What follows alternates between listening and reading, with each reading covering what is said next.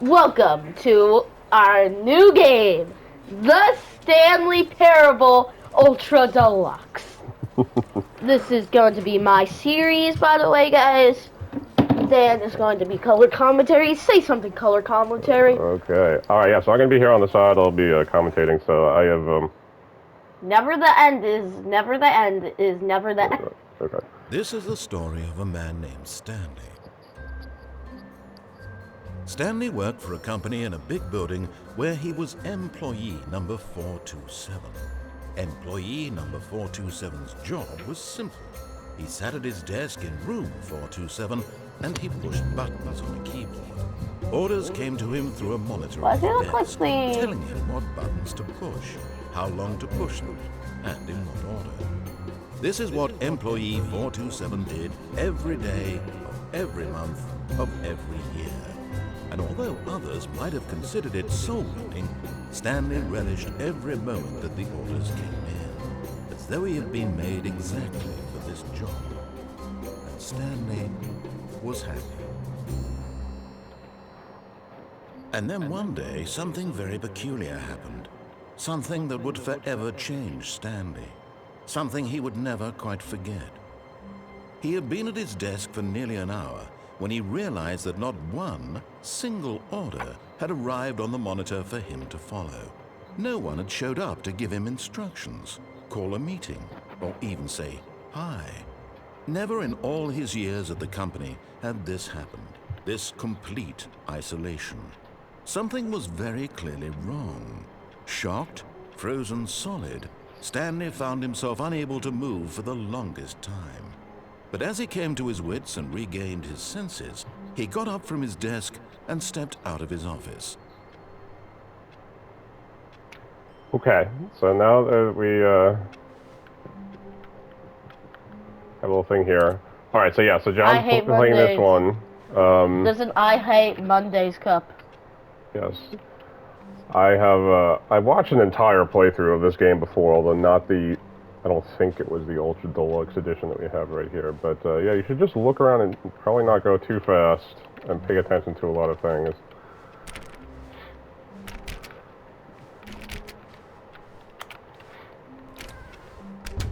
But Stanley simply couldn't handle the pressure.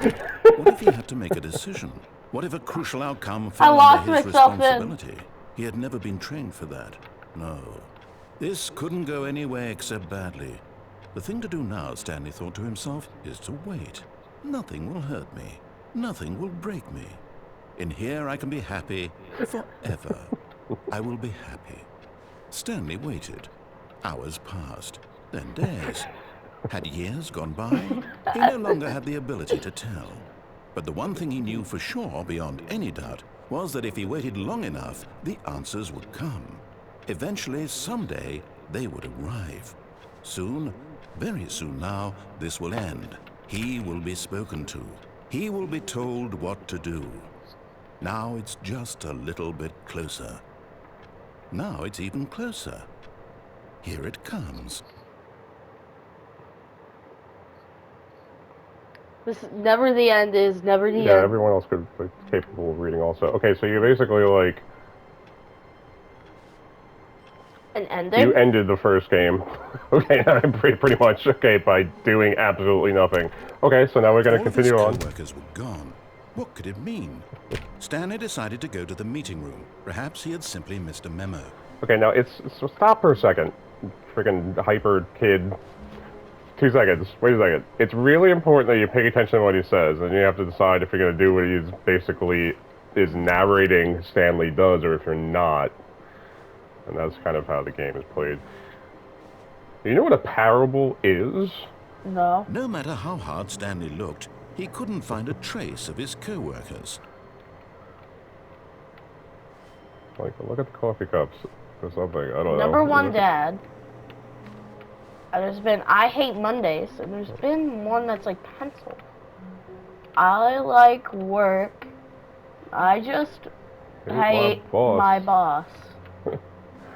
A parable is like a story that has some sort of moral to it, some sort of lesson to learn. This is the lesson of Stanley. Oh, oh, oh. Be my Valentine.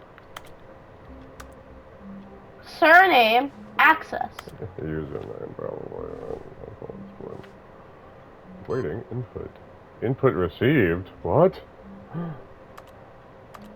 If you press X, it does stuff, so.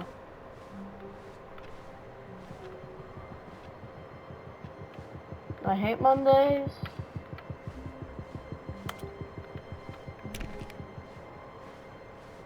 When Stanley came to a set of 2 open doors, he entered the door on his left.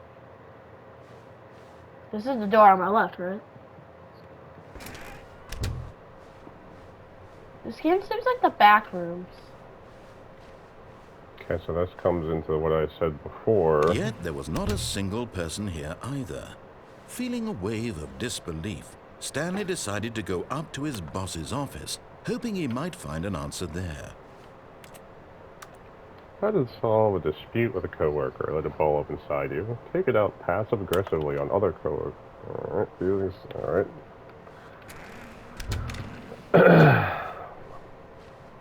Coming to a staircase, Stanley walked upstairs to his boss's office.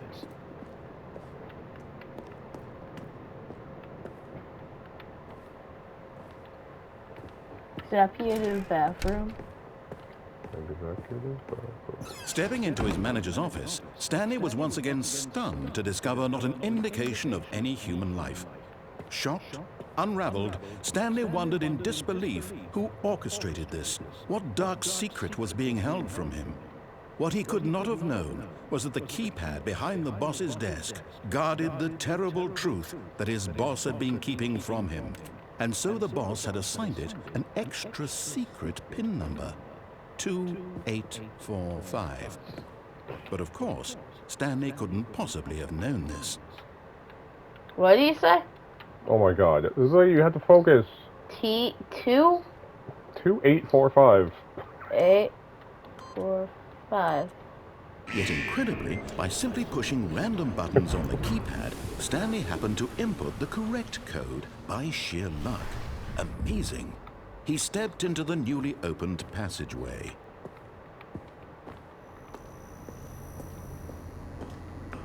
This game's scary.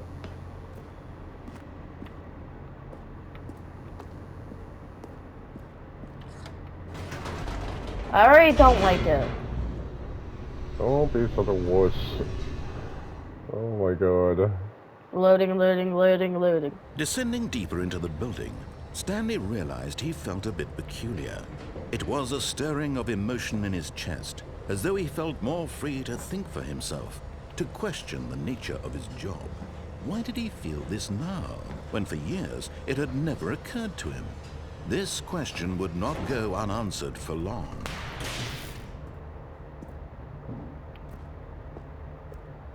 Stanley walked straight ahead through the large door that read Mind Control Facility.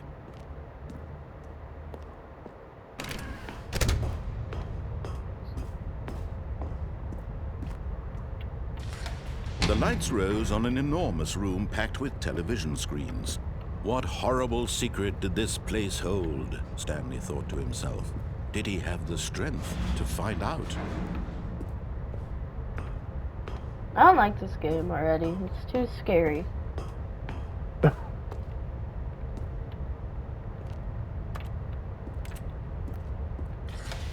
Now the monitors jumped to life. Fired! Their true nature Fired! revealed.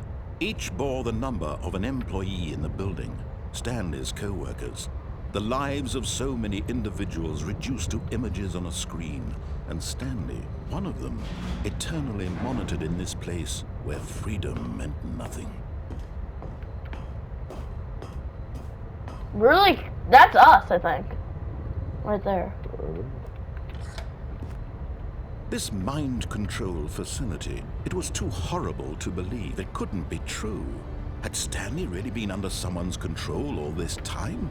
Was this the only reason he was happy with his boring job? That his emotions had been manipulated to accept it blindly? No. He refused to believe it. He couldn't accept it. His own life in someone else's control? Never! It was unthinkable, wasn't it? Was it even possible? Had he truly spent his entire life utterly blind to the world? But here was the proof. The heart of the operation. Controls labeled with emotions. Happy, or sad, or content. Walking, eating, working. All of it monitored and commanded from this very place. And as the cold reality of his past began to sink in, Stanley decided that this machinery would never again exert its terrible power over another human life. For he would dismantle the controls once and for all.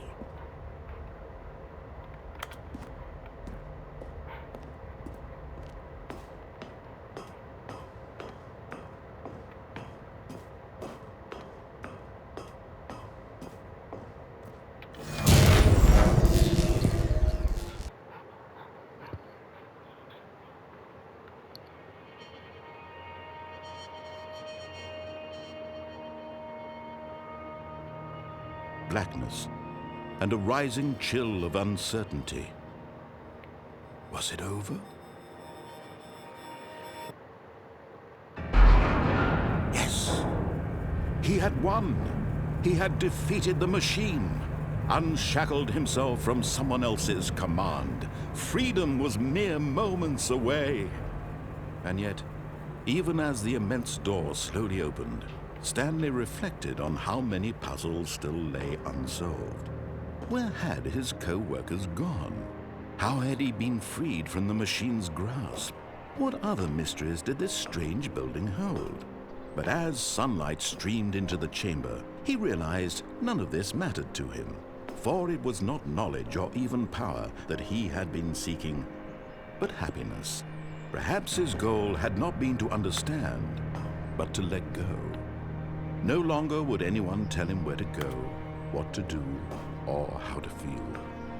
Whatever life he lives, it will be his. And that was all he needed to know. It was perhaps the only thing worth knowing. Stanley stepped through the open door. Okay, this game isn't scary anymore, so... Stanley felt the cool breeze upon his skin, the feeling of liberation, the immense possibility of the new path before him. This was exactly the way, right now, that things were meant to happen. And Stanley was happy.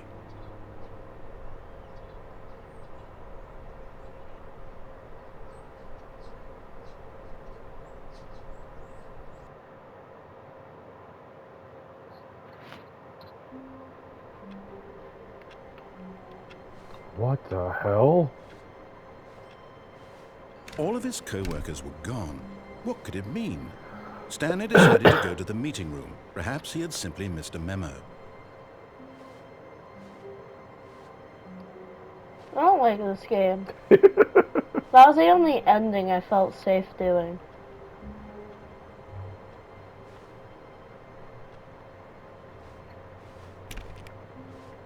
Yeah, no, I don't feel safe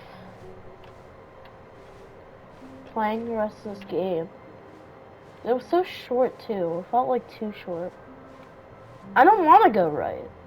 When Stanley came Ken, to you're a set going of two right. open doors, he entered the door on his You are left. the biggest puss in the universe. I'm taking off my headphones too. This was not the correct way to the meeting room, and Stanley knew it perfectly well. Perhaps he wanted to stop by the employee lounge first, just to admire it. I'm telling you, there's like no jump scares in this game or anything. It's not like a horror game. Ah, yes, truly a room worth admiring. It had really been worth the detour after all, just to spend a few moments here in this immaculate, beautifully constructed room. Stanley simply stood here, drinking it all in. Okay, I don't know what the controls are, so I'm playing now. Yes, really, really worth it being here in the room. A room so utterly captivating that even though all your co-workers have mysteriously vanished, here you sit looking at these chairs and some paintings. really worth it. It really is. It's beautiful. At this point, Stanley's obsession with this room bordered on creepy and reflected poorly on his overall personality. It's possible that this is why everyone left. All right, I got But the at point. last, he'd had enough of the amazing room and took the first open door on his left to get back to business. Okay, so now it's like, oh, come on, you can try it. You have to decide all the time if you're going to... Just stop for a second. Like, in the last thing, before we made it to the happiness ending or whatever, there was at least 3 things that you followed exactly what the narrator said to do, and you didn't have to. And each one of those could have branched off into another, like, you know, million different things. I don't like this. I want you to do it. Like, this game, even though it's not intended to be scary, it seems scary. Well, are we going to listen to the narrator or not? Do what you want to do. I don't care. Stanley was so bad at following directions, it's incredible he wasn't fired years ago. Do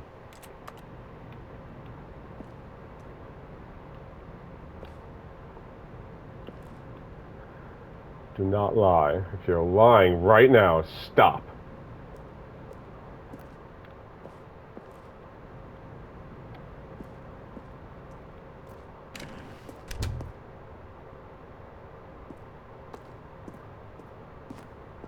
Do not jump from the cargo lift while it is in motion. Will cause death. Penalty for misuse of cargo lift, $1,000. Penalty for jumping off the cargo lift, $5,000, and death, I suppose. Rent access for trained employees only. Call at your own risk.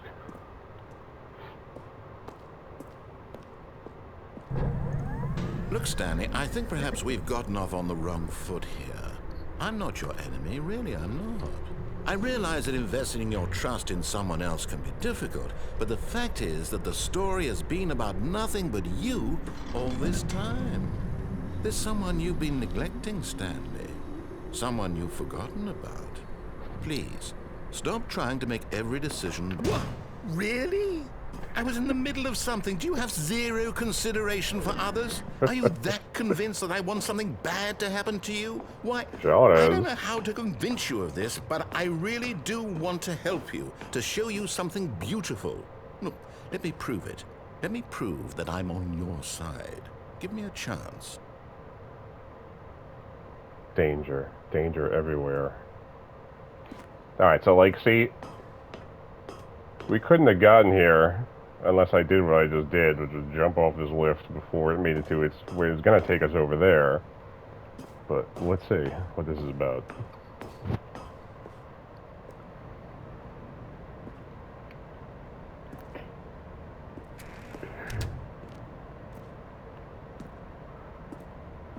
And now...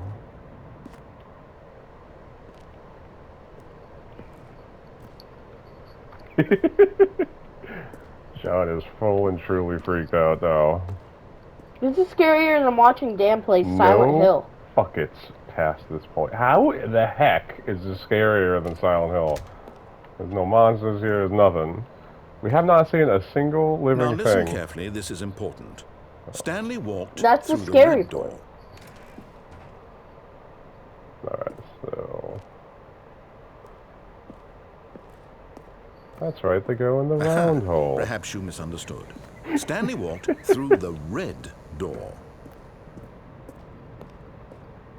I still don't think we're communicating properly.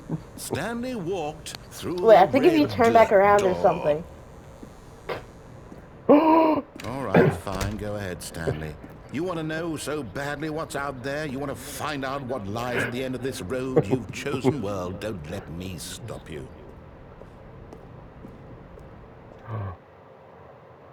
You see, there's nothing here. I haven't even finished building this section of the map because you were never supposed to be here in the first place. Broken rooms, exposed developer textures. Is this what you had wanted? Was it worth ruining the entire story I had written out specifically for you? Do you not think I put a lot of time into that? Because I did. And in the end, it was all for nothing. Because this is what you wanted to see. Help me here, Stanley. Help elucidate these strange and unknowable desires of yours. What would have made this game better? What did you want to see? Vehicles? Skill trees? Work with me. You've given me absolutely nothing so far. Tell you what, let me take a stab in the dark at a new design and you can give me some feedback. There we go. A third option. This already feels leaps ahead of where we were before. Go ahead, Stanley. Take it for a spin.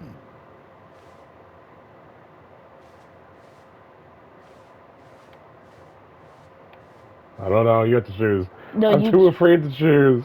I'm too afraid. I want to see what's in here. I want to see what's like. I'm going to stop you there. Now, tell me about your experience with this new version. Would you say that the game benefited from allowing you more choices? Feel free to be honest. I'm looking for some real critical feedback here. Aha! You see, I knew I was onto something. Where do these flashes of inspiration come from? How did I know the game needed a third door? Well, it's instinct mostly, a calling in your gut. I really couldn't say where the idea came from, except that I felt it in my soul. You can't teach that, Stanley. Don't even try. Here, based on the data from your previous playthrough, I've compiled a new version. And to be perfectly candid, I think I've knocked it out of the park with this one. Let's take a look. Now, would you say that competitive leaderboard helped you feel motivated to keep walking through doors? Again, honest answers, please. Do you think they're actually real? Maybe.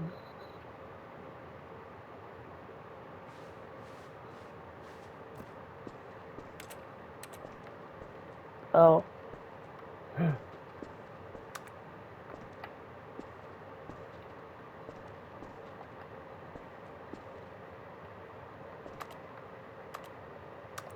Dad? Uh-huh. I'm stuck. That door doesn't open. Let's keep pushing into this one then.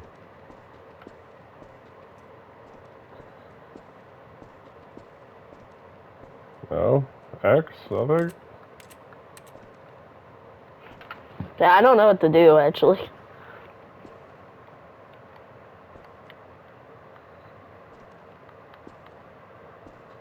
Huh. Oh. Hello?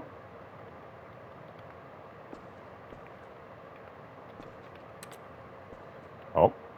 Huh?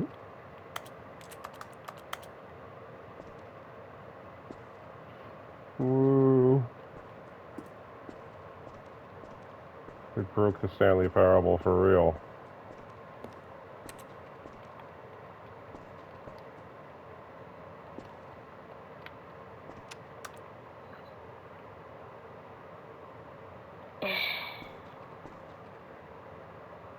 We got so far.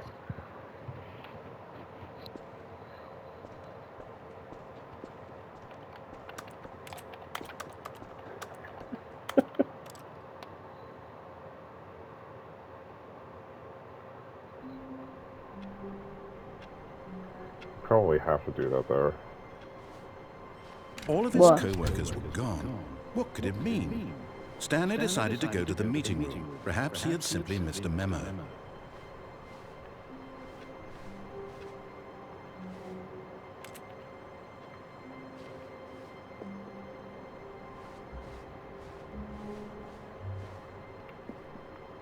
When Stanley came to a set of 2 open doors, he entered the door on his left.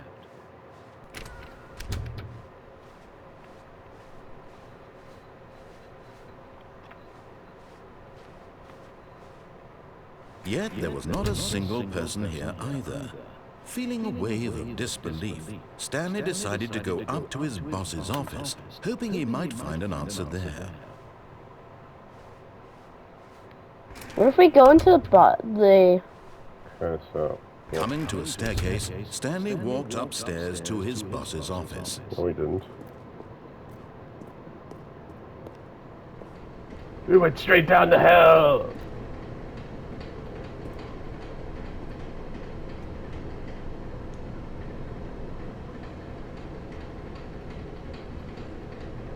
Hi. Oh. It says something. It's like basically impossible to read, but...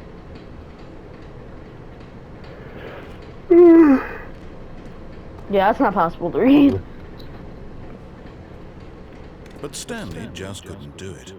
He considered the possibility of facing his boss, admitting he had left his post during work hours. He might be fired for that. And in such a competitive economy, why had he taken that risk? All because he believed everyone had vanished. His boss would think he was crazy. And then something occurred to Stanley. Maybe, he thought to himself, maybe I am crazy. All of my co-workers blinking mysteriously out of existence in a single moment for no reason at all.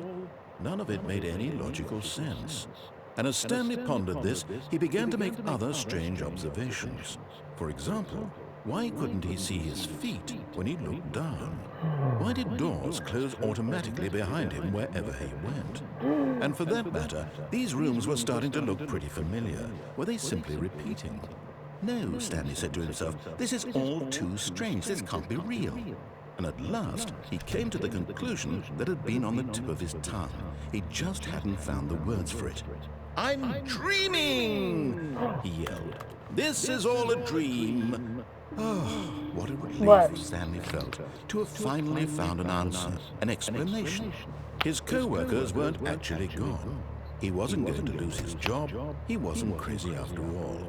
And he thought to himself, I suppose I'll wake up soon. I'll have to go back to my boring real-life job pushing buttons. I may as well enjoy this while I'm still lucid. So, he imagined himself flying and began to gently float above the ground. Then he imagined himself soaring through space on a magical star field, and it too appeared. It was so much fun, and Stanley marveled that he had still not woken up. How was he remaining so lucid? And then perhaps the strangest question of them all entered Stanley's head. One he was amazed he hadn't asked himself sooner. Why is there a voice in my head dictating everything that I'm doing and thinking? Now the voice was describing itself being considered by Stanley, who found it particularly strange. I'm dreaming about a voice describing me, thinking about how it's describing my thoughts, he thought. And while he thought it all very odd and wondered if this voice spoke to all people in their dreams, the truth was that, of course, this was not a dream. How could it be? Was Stanley simply deceiving himself, believing that if he's asleep, he doesn't have to take responsibility for himself? Stanley is as awake right now as he's ever been in his life. Now, hearing the voice speak these words was quite a shock to Stanley. After all, he knew for certain, beyond a doubt, that this was in fact a dream. Did the voice not see him float and make the magical stars just a moment ago? How else would the voice explain all that? This voice was a part of himself too. Surely, if he could just... He would prove it. He would prove that he was in control, that this was a dream. So he closed his eyes gently, and he invited himself to wake up. He felt the cool weight of the blanket on his skin, the press of the mattress on his back, the fresh air of a world outside this one. Let me wake up, he thought to himself. I'm through with this dream. I wish it to be over. Let me go back to my job. Let me continue pushing the buttons. Please, it's all I want. I want my apartment, and my wife, and my job. All I want is my life exactly the way it's always been. My life is normal. I am normal. Everything will be fine. I am okay. Ooh. Stanley began screaming. Please, someone, wake me up. My name is Stanley. I have a boss. I have an office. I am real. Please, just someone tell me I am real. I must be real. I must be. Can anyone hear my voice? Who am I? Who am I? And everything went black.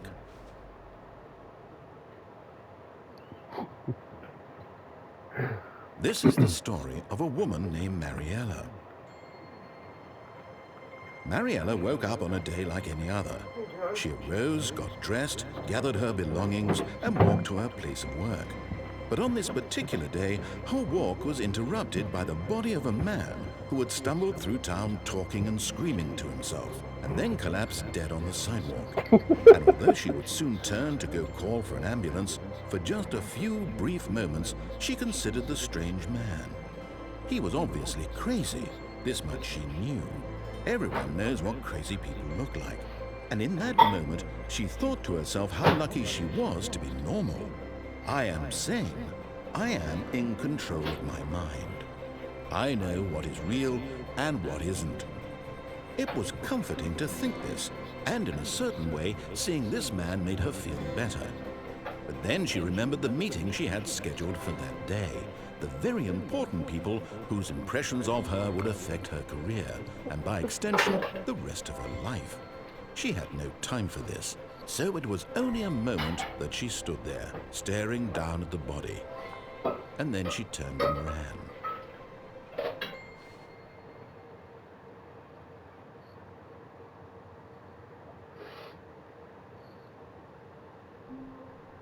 Oh my god. Okay. So we're going to call that episode 1 of the Stanley Parable. We are back at the beginning of our loop here. Now, right off the top of my head, there's at least one thing I can think of, decision-wise, that we didn't do. There's actually more than one. There's quite a few, but there's a major one when you were still playing. So before you gave up. When we were going down that thing, there was one side that said escape. And that's exactly what I'm thinking. And the other one was we could turn on the mind control machine. Or, yeah, that's true. You could do that too. But I was mainly thinking of the escape one. Right, so there's multiple decisions here that we didn't make. So maybe when we try this next time. Does this have... Is this like time in real life right now? Yeah. That's pretty funny. Pretty unnerving. So yes, thank you for joining us playing the Stanley Parable. We'll come back to this again pretty soon. Bye.